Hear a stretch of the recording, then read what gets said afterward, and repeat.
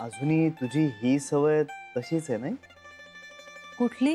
हीच, रात्री भरपूर पाणी प्यायची. तुम्हाला कसं कळलं?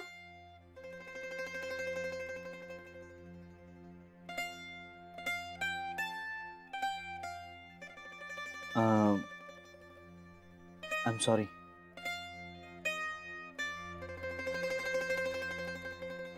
हां, थँक्यू. थँक्स. कशाबद्दल? मनीष बद्दल तुम्ही जे काही सांगितलं ते. अगं मनीष माझा सुद्धा मित्र आहे. एक विचारू? हो. तुम्ही खूप वाचता का? कॉलेजमध्ये असताना वाचायचो. तरीच. काय? काही नाही.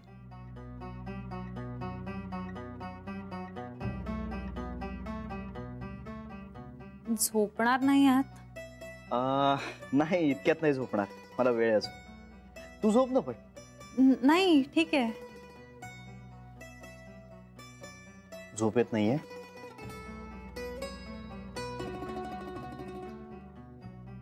तुम्हाला? मला आता जागरणाची सवयच झाली. गेले अनेक महिने नीट झोप येते कुठे? का?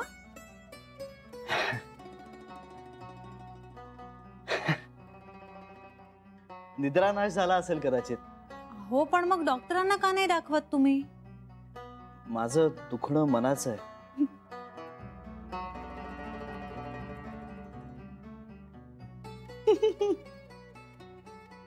मग मनाच्या डॉक्टरांना दाखवा. माझा मनाचा डॉक्टर माझ्या समोर उभा आहे.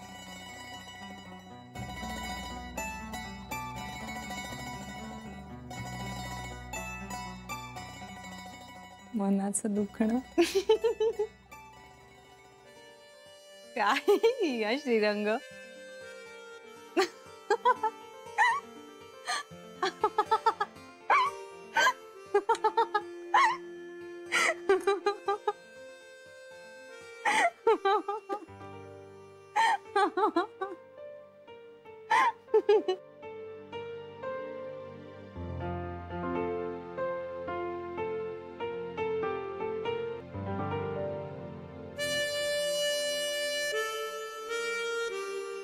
काय?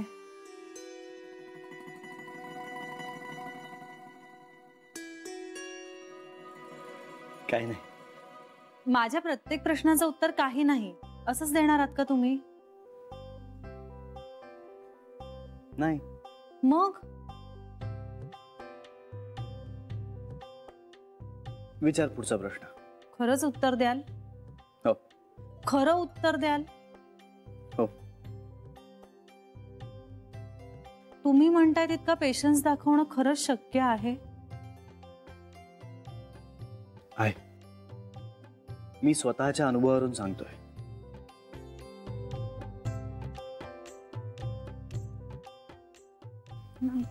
मनीषला ते जमेल का? आपण आहोत ना. त्याने मला गीताशी बोलायला सांगितलंय. त्याला म्हणाव, गीता आणि तुझी मी भेट घालून देते. मग तुम्ही भेटा आणि बोला. तुमचे तुम्ही सोडवा ना प्रश्न, प्रत्यक्ष भेटून. हे बघ, आपण मध्यस्थी करून काहीच संपणार नाहीये. हो. हा, ठीक आहे.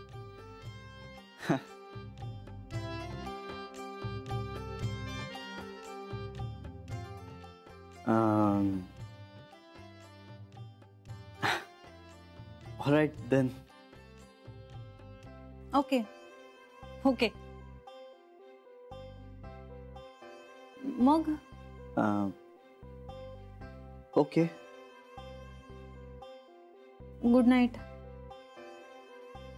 Good night.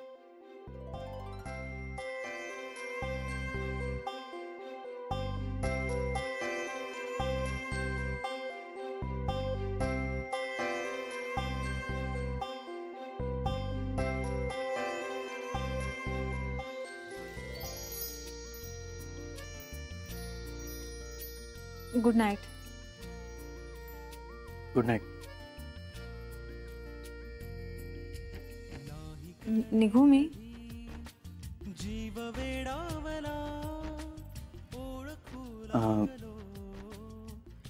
हो.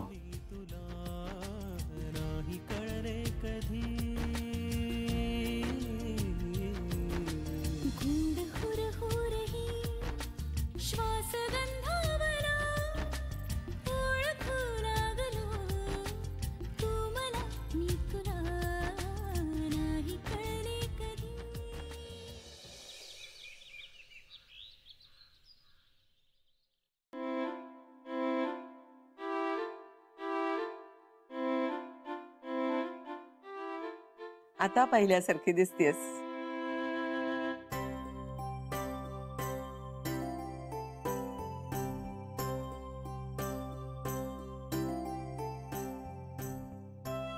आईजी, तुम्ही कॉम्प्युटर शिकलाय? हो, तूच शिकवलास.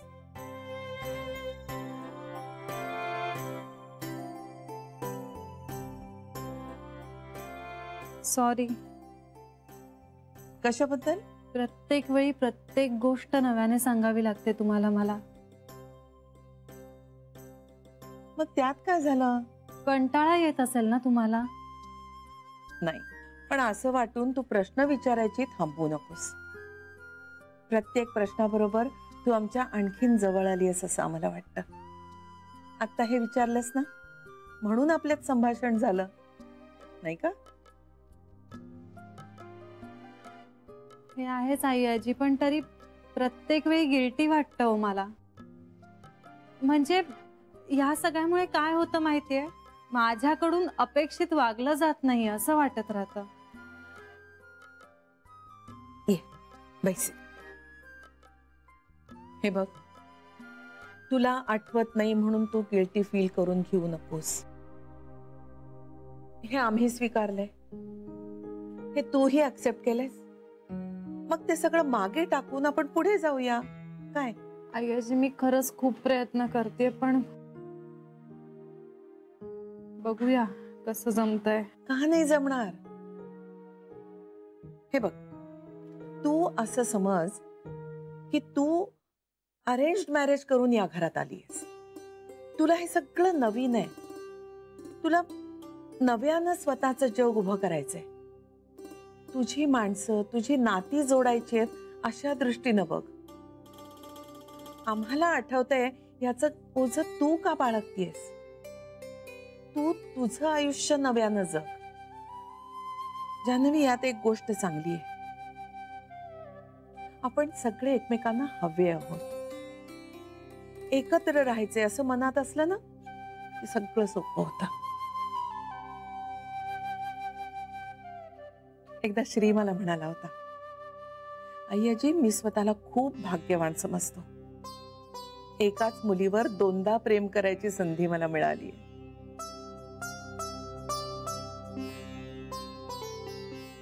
आमचं पण तसंच आहे. आमच्या सुनेला समजून घ्यायची, तिला आपलंसं करायची आम्हाला दोनदा संधी मिळाली. गेल्या वेळच्या चुका आता आम्ही सुधारू शकतो. आणखीन छान नातं निर्माण करू शकतो.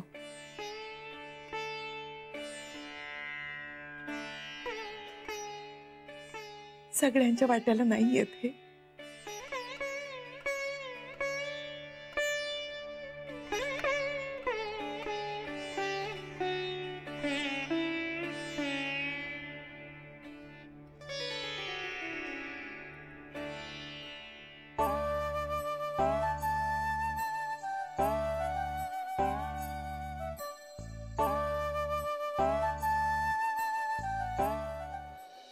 नाही नाही, दिवाळीपर्यंत मी तरी काही पर्सनली तिकडे येऊ शकणार नाही, बट आय मेक शुअर की मी कोणाला तरी पाठवेन तिकडे. हो नक्की. हा हो, मनीष येऊ शकेल. या इन द मीन वेळेला आपण डेट्स वर्कआउट करूया. ओके चालेल, मी बोलतो तुमच्याशी. या, thank you so much. Thank you. Manish, दिवाळीच्या आधी एकदा जरा कोकणात जाऊन ये. हा, मागचा दिवाळीचा सीझन आपला कोकणातला फार काही बरा गेला नव्हता, तेव्हा जरा काय काय कमी पडलं ते जरा बघून ये. हा, this year we have to be little aggressive. So एकदा आपण प्लॅन चॉकआउट करू आणि मग पुढे जाऊ. मनीष. हं? मनीष. I am sorry. काय काय काय म्हणत होतास तू? काय काय म्हणजे मी सॉरी. अरे हे काय झालंय तुझं? काय करतोयस तू? Shri I am sorry. नाही आय एम एक्स्ट्रीमली सॉरी. अरे मला मान्य आहे माझं चुकतंय ते. मी माझे पर्सनल प्रॉब्लेम्स ऑफिसमध्ये घेऊन यायला नको. त्याचा माझ्या कामावर परिणाम होतोय ना. हो हो मान्य आहे मला. श्री ह्या सगळ्याचा माझ्या कामावर माझ्या नोकरीवर परिणाम तू काढून नाही. अरे तू वेडा आहेस का? तुझ्या नोकरीवर का परिणाम होईल? हा पण तुझ्या मनावर या सगळ्याचा परिणाम होतोय हे निश्चित. अरे माझ्या लो फेज मध्ये तूच होतास ना मला आधार देणारा, आणि मग आता तूच हातपाय गाळून बसलास का? कारण मला कारण माहिती नाहीये म्हणून. मला निदान कारण कळलं ना तर मी त्या दृष्टीने विचार तरी करू शकेन रे. निदान त्या गोष्टीवरती सोल्युशन काढण्याचा प्रयत्न तरी करेन. पण गीता माझ्याशी अचानक असं का वागायला लागली ह्याचं उत्तरच नाही माझ्याकडे, आणि त्याचा त्रास होतोय मला. एनिवेज आज आज जान्हवी बोलणार आहे गीताशी, अँड आय रिअली होप की गीताच्या मनात काय आहे हे आज तरी मला कळेल.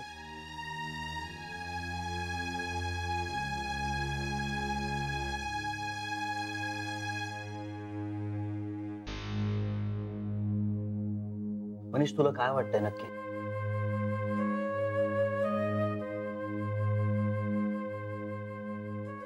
मनीष आपल्याला आपलं मन नेहमी खरं सांगत असतं, फक्त ते ऐकायची ना आपली आपली तयारी नसते.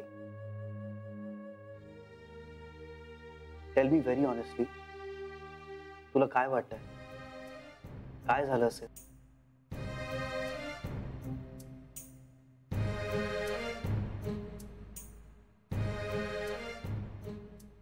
श्री गीताने अचानक माझ्याशी बोलणं थांबवलंय, त्यामुळे मला कशाचाच अंदाज बांधता येत नाहीये.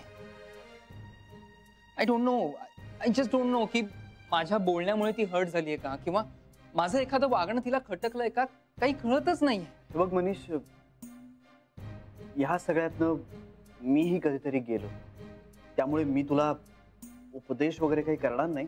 म्हणजे मी तसं करूच शकणार नाही. But I know. It's really easy to say it than rather doing it. पण आता संयम ठेवण्याशिवाय तुझ्याकडे दुसरा कुठलाही पर्याय नाहीये मित्रा. पण श्री अरे आई बाबा लग्नासाठी खूप मागे लागलेत. त्यांना हे सगळं नाही कळणार, आणि त्यांना हे कळावं अशी माझी अपेक्षाही नाहीये. कारण गीता आणि मी गेले 7-8 महिने रिलेशनशिप मध्ये आहोत. त्यामुळे यानंतरची पुढची स्टेप हे लग्न असं ते गृहीत धरून चाललेत, आणि ह्यात काही चूक नाहीये श्री. अरे मनीष, फक्त 7-8 महिने हा काही फार मोठा काळ नाहीये. पण तुम्ही सुद्धा साधारण याच काळानंतर लग्न केलं होतं ना? हो हो, मला मान्य आहे की आम्ही सुद्धा एक 7-8 महिन्यात लग्न केलं, खरंय. पण अरे प्रत्येक रिलेशनशिप डेव्हलप होण्यासाठी ना त्याचा एक वेळ लागतो. मला मान्य आहे की आमचं लग्न एक 7-8 महिन्याच्या ओळखीवर झालं, पण कदाचित तुम्हा दोघांसाठी तो काळ 2 वर्षाचा असेल. 2 वर्षाचा? हा. श्री तुला काही कळलंय का? म्हणजे गीताकडनं लग्नासाठी वेळ लागणार आहे असं काही कळलंय का तुला? अरे नाही, असं काहीच कळलेलं नाही मला. मी खूप जनरल म्हणालो. मनीष, मला फक्त इतकंच तुला सांगायचंय की ह्या प्रकरणात प्लीज घाई करू नकोस. बरोबर आहे तुझं Shri. I be very frank with you. माझं वय आता 29 आहे. एकुलता एक मुलगा आहे मी. माझ्या आईबाबांचं वय होत चाललंय रे आता. त्यामुळे ते धडधाकट असेपर्यंत माझं लग्न व्हावं अशी त्यांची इच्छा आहे. माझ्या लग्नात त्यांना छान मिरवता यावं, सगळं कौतुक करता यावं अशी त्यांची इच्छा आहे. आईची तब्येत बरी नसते, हल्ली बाबांना पण वरचेवर डॉक्टरांकडे जावं लागतंय. ह्या सगळ्या परिस्थितीत आपल्या मुलाचं लग्न लवकरात लवकर व्हावं ही अपेक्षा असणं काही चूक नाहीये श्री. अरे इनफॅक्ट माझं वेगळं बिराड मांडून द्यायला पण तयार आहेत ते, कारण त्यांना गीता पसंत आहे. फक्त लग्नाची फॉर्मल बोलणी उरलीत, आणि आता हे कुठे मध्येच वेळ हवाय वगैरे. नाही, मी घाई करत नाहीये. मी खरंच घाई करत नाहीये. पण थांबण्यासाठी काहीतरी ठोस कारण तरी असावं ना.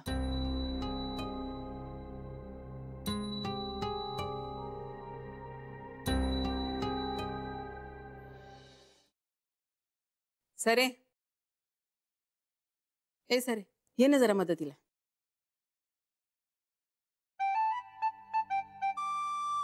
सरे अगं सरे आता आली नाही तर शिक्षा करी ना मी तुला. काय ग ताई नेहमीच आहे हा तुझं. अगं एवढी कामं पडलेत मदत करायची नाही वाटत तुला. अगं करणार होते ना मी मदत. पोथी वाचून झाल्यावर मदत करणारच होते तुला. सरे आता ना जरा संसारात लक्ष घालायला शिक. त्या बाबाच्या नादी लागून अध्यात्म अध्यात्म करत बसू नकोस. महाराज ही बालिका अज्ञ आहे, तिला क्षमा करा.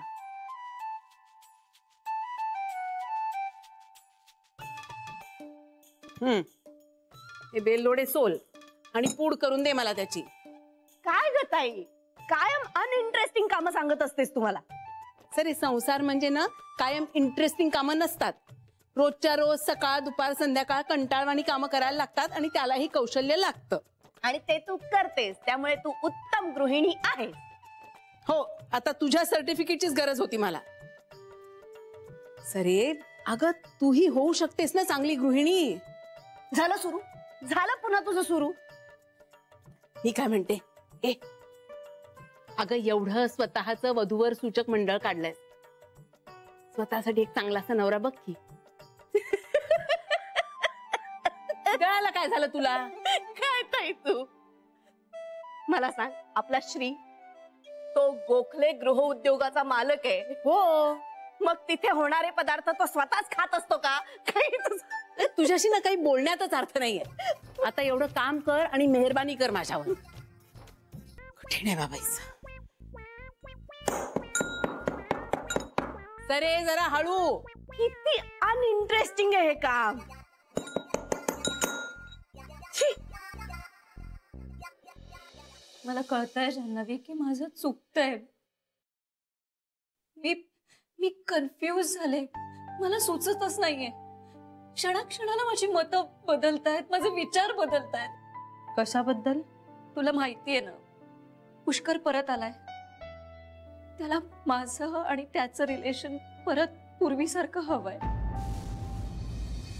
आणि तो म्हणतोय की त्याला त्याची चूक समजलीये. अगं मग तू सांग ना त्याला तुझ्या आयुष्यात आता मनीष आलाय आणि तू त्याच्याबरोबर सुखात आहेस. मी सांगितलं त्याला. मग गीता अगं आता तू का कच खातेस. मुळात त्याला वाटेल ते तो वागणार. त्याला वाटेल त्या तुला सोडून जाणार. त्याला वाटेल त्या तो परत येणार. आणि तू काय त्याची मेहरबानी कधी होते याची वाट बघत थांबणार का. जान्हवी 7 वर्ष अफेअर होतं ग आमचं. So what Geeta. असं सगळं अचानक पुसून नाही ना टाकताय. मुळात तुला पुसायचं आहे का नाही. तेच तर मी तुला सांगते ना की मी कन्फ्यूज झाले.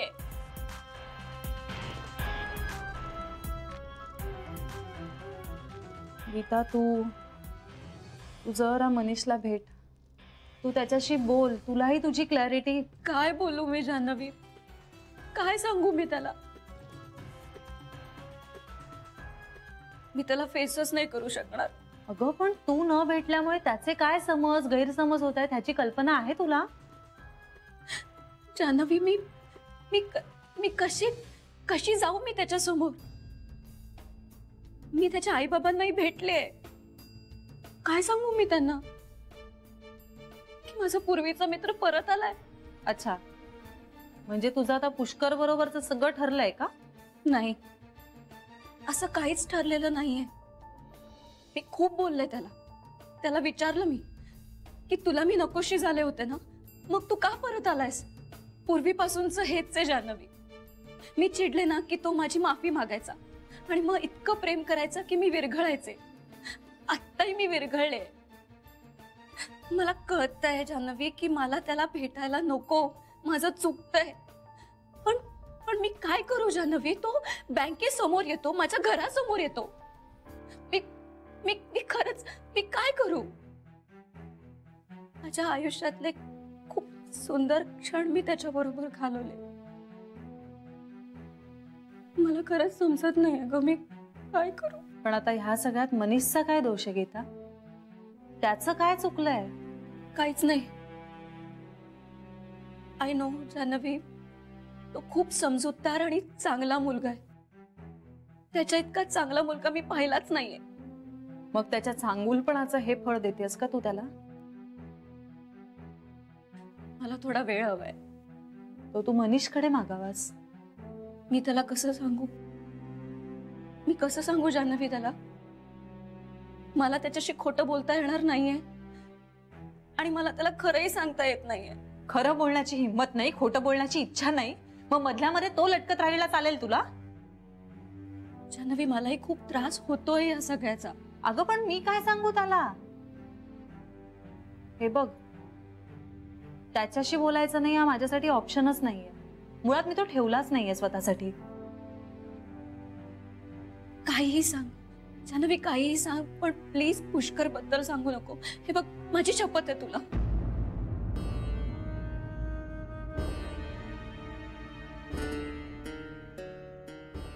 एकच सांगते गीता, तुझ्या हातात आहे तोवर सावर स्वतःला. एकदा वेळ गेली की आयुष्यभर फक्त पश्चाताप करावा लागेल. मी लवकरात लवकर त्याला भेटून सगळं समजावून सांगेन. प्रॉमिस.